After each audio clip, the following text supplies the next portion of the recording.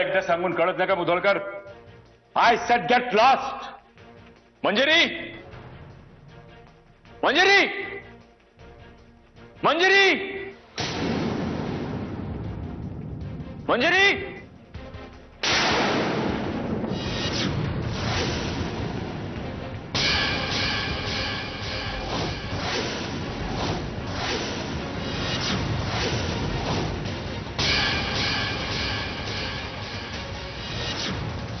सभ्यपणाची भाषा समजतच नाही का तुम्हाला? एकदा सांगितलं मी तुम्हाला चालते वा म्हणून. चालते वा. अरे दादा, तू मध्ये बोललो का शिवराज? या माणसाला हीच भाषा कळते, हीच त्याची योग्यता आहे. Get lost. सरनाईक, कुणी एकेकाळी बाप म्हणून मान दिला होता तुम्हाला, म्हणून तुमचा हात इथे सहन केला. नाहीतर आतापर्यंत ज्या ज्या माणसानं इथे हात ठेवलाय ना, त्याचे हात खांद्यापासून उपटून काढलेत मी.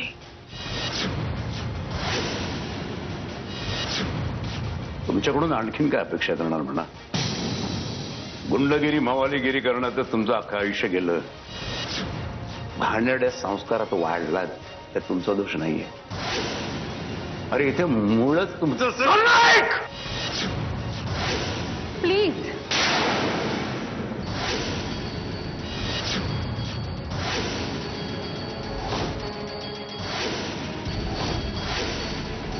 माझ्या घरात येऊन माझ्या बाबांवर आवाज चढवायचा नाही ना. हे तुमचं घर नाहीये.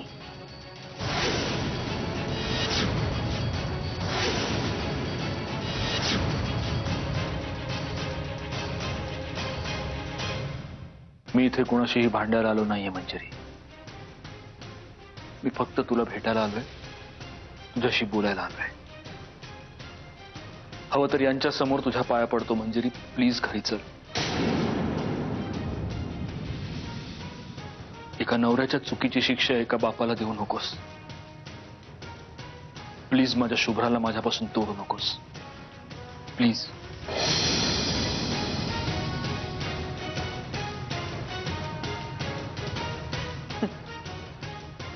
आता कळतंय ना? असंच असतं. वेदना जेव्हा स्वतःला जाणवतात ना, तेव्हाच त्याची खरी धग कळते. माझ्या मुलीच्या जन्मानंतर माझ्या मुलीच्याच खोलीत जाण्यापासून बंदी केली होती तुम्ही मला.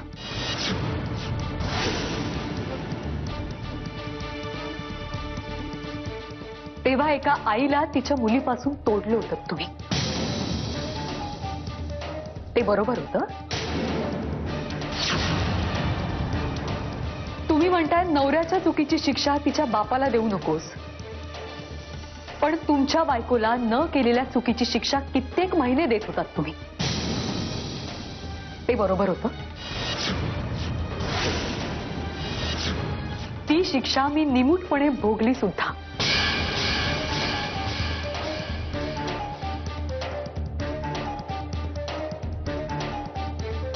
मी भोगली, आणि मी एकटीने नाही, माझ्या वडिलांनी भोगली,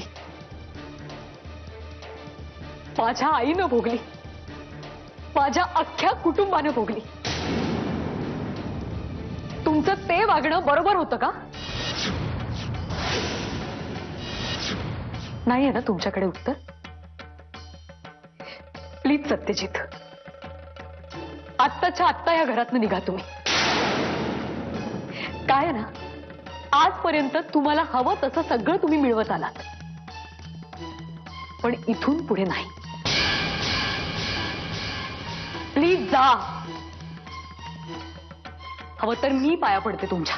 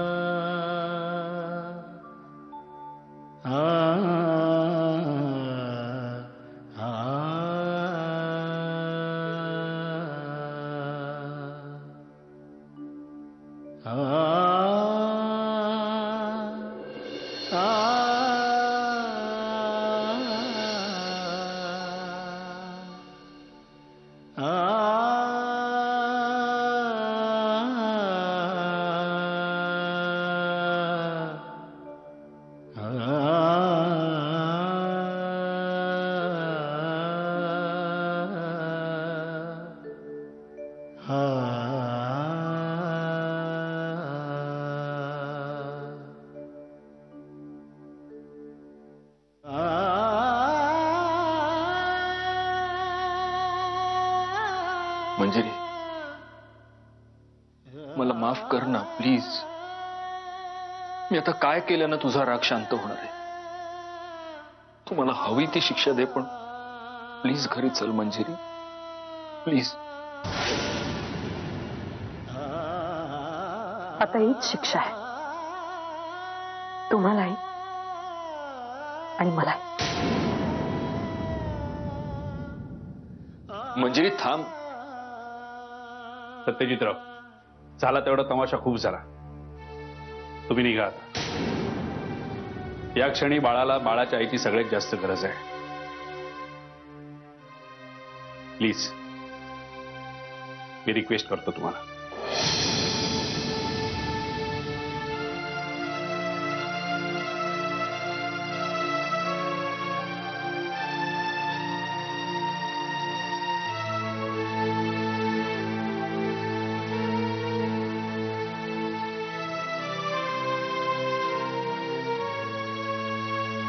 झालं समाधान? काय सोनारानंच कान टोचलं की बरं असतं. आता जर काही लाज शरम शिल्लक असेल तर त्याची चाळ ठेवा आणि पुन्हा या घराची पायरी सोडू नका.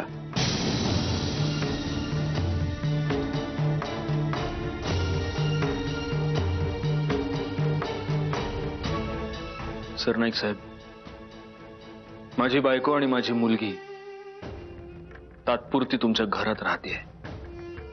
त्यांच्यामध्ये आणि माझ्यामध्ये कुणीही येऊ शकत नाही, तुम्ही सुद्धा नाही. हे सारखं सारखं मगापासून माझी बायको माझी मुलगी हा जो दोषा तुम्ही लावलाय ना तो शोभत नाही तुम्हाला. असं त्याने बोलावं जो आपल्या बायकोशी प्रामाणिक असेल, तुमच्यासारख्या बाहेर खाली लफडेबाज माणसाने नाही. सो नाव जस्ट गेट लॉस्ट. बायकोला तुमची गरज आहे ना, तिच्या मुलीला. निघा इथून, निघा.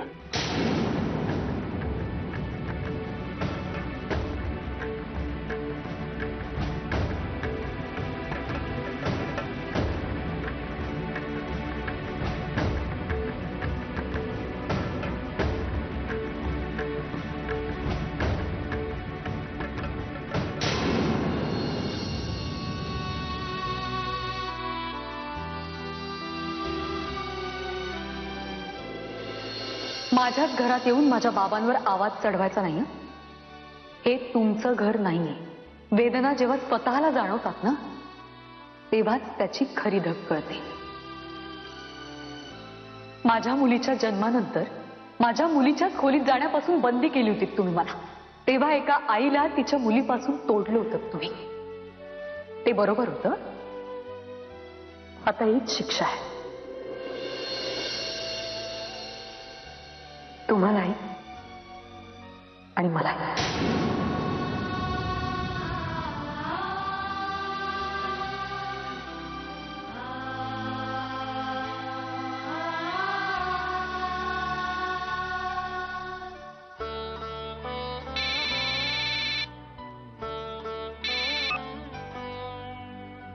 हॅलो. विसरलास ना पुन्हा मला? हे बरं आहे हा तुझं. म्हणजे मीच आठवण करून द्यायला फोन करायचा, मीच तुझी खुशाली विचारायची आणि मग तू प्रेमाने बोलणार, गोड गोड बोलणार. अनघा, मी काय झालंय? नाही, काही नाही. हे बघ, जे काही झालंय ते तू आत्ता मला फोनवर सांगणार नाहीयेस. त्यामुळे आत्ता कुठे आहेस ते सांग.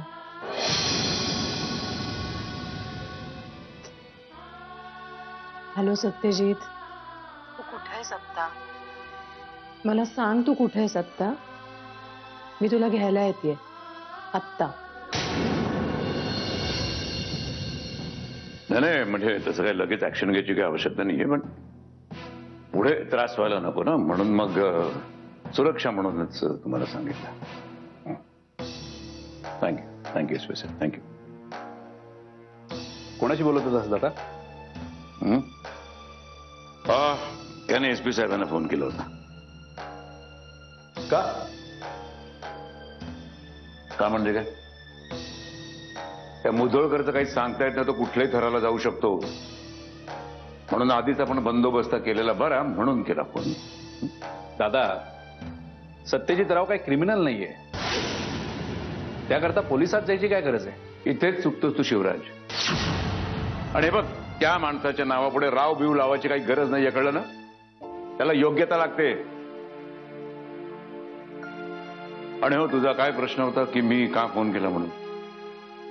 आज आपल्या घरामध्ये काय तमाशा झाला तो पाहिलंस ना तू? आणि तरी सुद्धा तू मला विचारतोस की मी का फोन केला म्हणून? अरे उद्या तो माणूस परत इथे आला आणि त्याने पुन्हा असा तमाशा केला तर मग कोण निस्तारणार तो? आणि मंजिरी घरामध्ये एकटी असताना जर तो आला तर काय करू मी? आता तर यापुढे तिला कधी मी एकटं सोडणारच नाहीये. पण दादा मला तुझं म्हणणं पटतंय, तरी पण मला असं वाटतं की तू त्यांच्या नात्याला एक चान्स द्यायला हवास. कसं आहे, कधी कधी एखाद्या व्यक्तीबद्दलचा दृष्टिकोन आपला वेगळा असतो आणि प्रत्यक्षात ती व्यक्ती वेगळी असू शकते ना.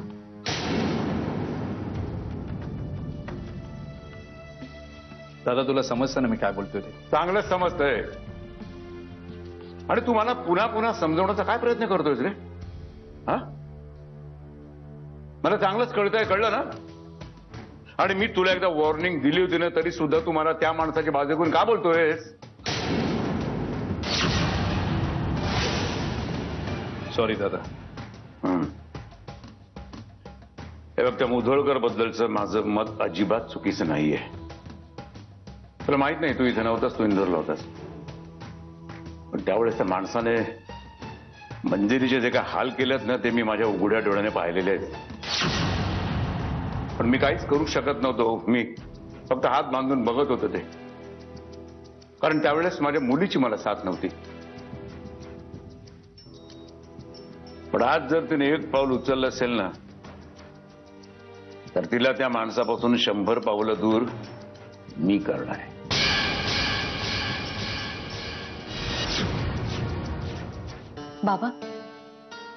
बाबा, मी जरा देवळात जाऊन येऊ? अरे वा, चल आपण दोघे जाऊ.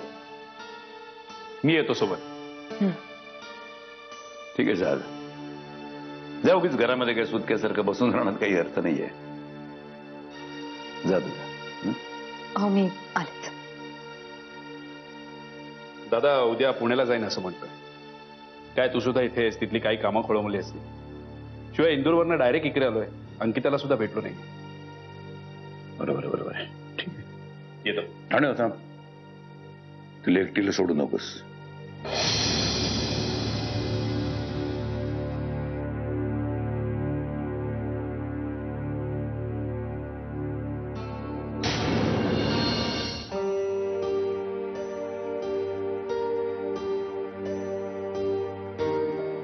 शेवटी ज्या गोष्टीची भीती होती तेच घडलं. एवढं लपवूनही तिला सगळं कळलंच.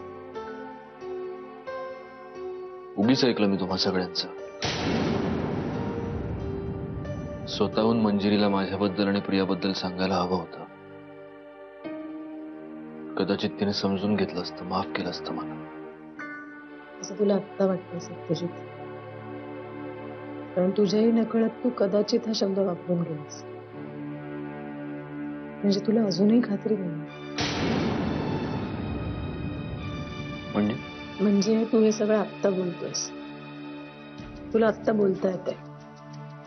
पण समजा तू तिला त्यावेळीच सगळं सांगितलं असतंस आणि ती तशीच वागली असती जशी आत्ता वागली, तर तू काय केलं असतंस? हे बघ, तिचं असं वागणं स्वाभाविक आहे. ती फसवली गेली असेल तिची, तिच्याबरोबर प्रतारणा केली असतो. तिला आलेला राग जगावर काढण्याचा पूर्ण अधिकार आहे तिला. हा, फक्त तू प्लीज आताताईपणा करू नकोस, प्लीज.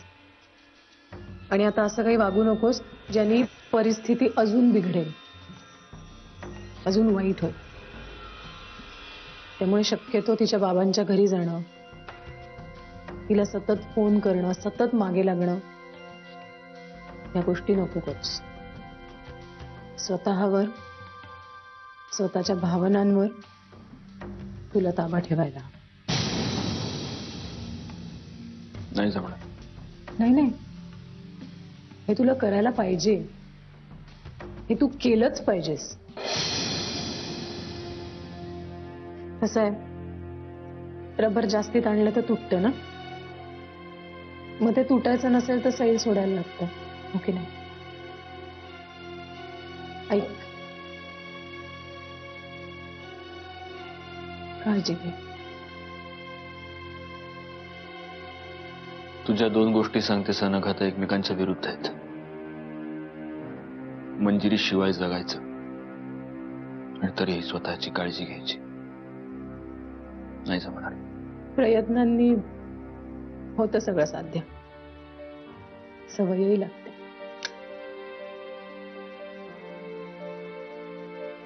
मी नाही सवय करून घेणार त्यांच्या नसण्याची.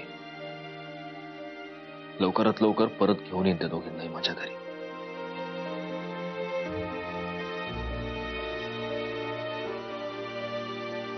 असंच होईल. फक्त आता कोणासाठी घरी परत जाऊ ते कळत नाही. शुभ्रा नाही, मंजिरी नाही. खायला उठते ती माझी खोली मला. आकाश वाटतं, एकटं वाटतं. ठीक ना, एक काम करतोस, इथे थांबतोस.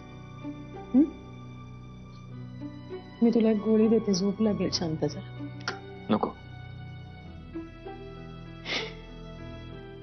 अनघा आजी म्हणते तेच खरंय. प्रायश्चित्त घ्यायचं असेल तर स्वतःची जाळून राख करून घ्यावी लागेल. मनाची, शरीराची, भावनांची. चल बाय.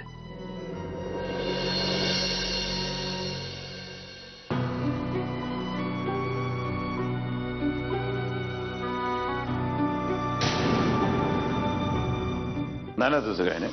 हा नाही, शिवराज आहे बरोबर, नो प्रॉब्लेम. नमस्कार. नमस्कार माय एक्स बॉस. नमस्कार. I myself, Dadasaheb Holkar is here, at your place, at your service. I myself, Dada Holkar, at your service. आम्हाला कळलं होतं तुम्ही पुण्यातून कोल्हापुरात शिफ्ट झालात, पण आम्ही तुमचं घर नव्हतं पाहिलं कधी. आज या भेटीच्या निमित्तानं तुमचं हे निवासस्थान पाहायला मिळालं. उत्तम घर आहे तुमचं. अहो, याचं फर्निचर सुद्धा उत्तम दर्जाचं आहे. आम्ही दाद देतो त्याला. आज आम्ही मुद्दाम तुम्हाला अचानक भेटायला आलो आहोत. आम्ही भेटायला निघालो खरं, पण आम्हाला कळलं की आम्ही तुमच्यासाठी भेट वस्तू म्हणून काहीच घेतलेलं नाही, तशी आमची परंपरा आहे. म्हणून फुल ना फुलाची पाकळी म्हणून आम्ही हा बॉक्स तुमच्यासाठी आणलेला आहे. तुमचा कदाचित गैरसमज होईल की हा मिठाईचा बॉक्स नव्हे, टिश्यू पेपरचा बॉक्स आहे. हा, आता तुम्हाला प्रश्न पडला असेल की हा बॉक्स आम्ही तुमच्यासाठी का आणला असेल. हा नुसता पेपर नाही हो, हा नुसता पेपर नाही, हा टिश्यू पेपर आहे. यांनी अश्रू पुसता येतात, ज्याची तुम्हाला आणि तुमच्या मुलीला नितांत आवश्यकता आहे. तांबडे बाबांचं अतिशय जुनं पुस्तक आहे. उत्तम मानवाचे मूलभूत अलंकार, त्यात त्यांनी म्हटलंय, इतरांच्या चेहऱ्यावर हसू नाही फुलवता आलं तरी चालेल, पण त्याचे अश्रू पुसता आले पाहिजेत, मग ते टिश्यू पेपर नका होईना. पण अभिनंदन, मनापूर्वक अभिनंदन तुमचं आणि तुमच्या मुलीचं. खास करून देर आहे, दुरुस्ती आहे. अहो, त्या मुधोळकरची 1000 लफडी येतो, 1000 लफडी त्या मुधोळकरची. सांगा ना, आम्हाला कसं माहित? विचारा विचारा, आम्हाला कसं माहित? विचारा. संकेत तुम्ही तरी विचारा, आम्हाला कसं माहित, म्हणजे आम्हाला यांना सांगता येईल. कसं माहित? सांगतो. आमच्या मिसेस मंजुषा होळकर यांना त्या मुधोळकरनी मुधोळकर कोचिंग क्लासेस या बॅनरच्या अंतर्गत स्वतःच्या रंगमाला डांबून ठेवून आणि आमच्या मिसेस तुरु तुरु तुरु तुरु तुरु बोलायला लागल्या. नवे नवे त्या तुरु तुरु तुरु तुरु पळायलाही लागल्या आणि रंगमालात जाऊन पोहोचल्या. But my dear ex boss, your daughter is Ganga's water. Manjiri वहिनी म्हणजे गरीब गाय धरावेत त्यांचे पाय. आम्ही असे बोललो होतो की नाही संख्ये? आम्ही असं बोललो होतो की नाही? आम्ही असं बोललो होतो. सत्याला सत्य म्हणणं भाग आहे. But my dear ex boss, तुम्हाला जर त्या मुधोळकरच्या विरोधात डिव्होर्सची केस टाकायची असेल तर मला हाक द्या. पोतभर पुरावे देतो तुम्हाला.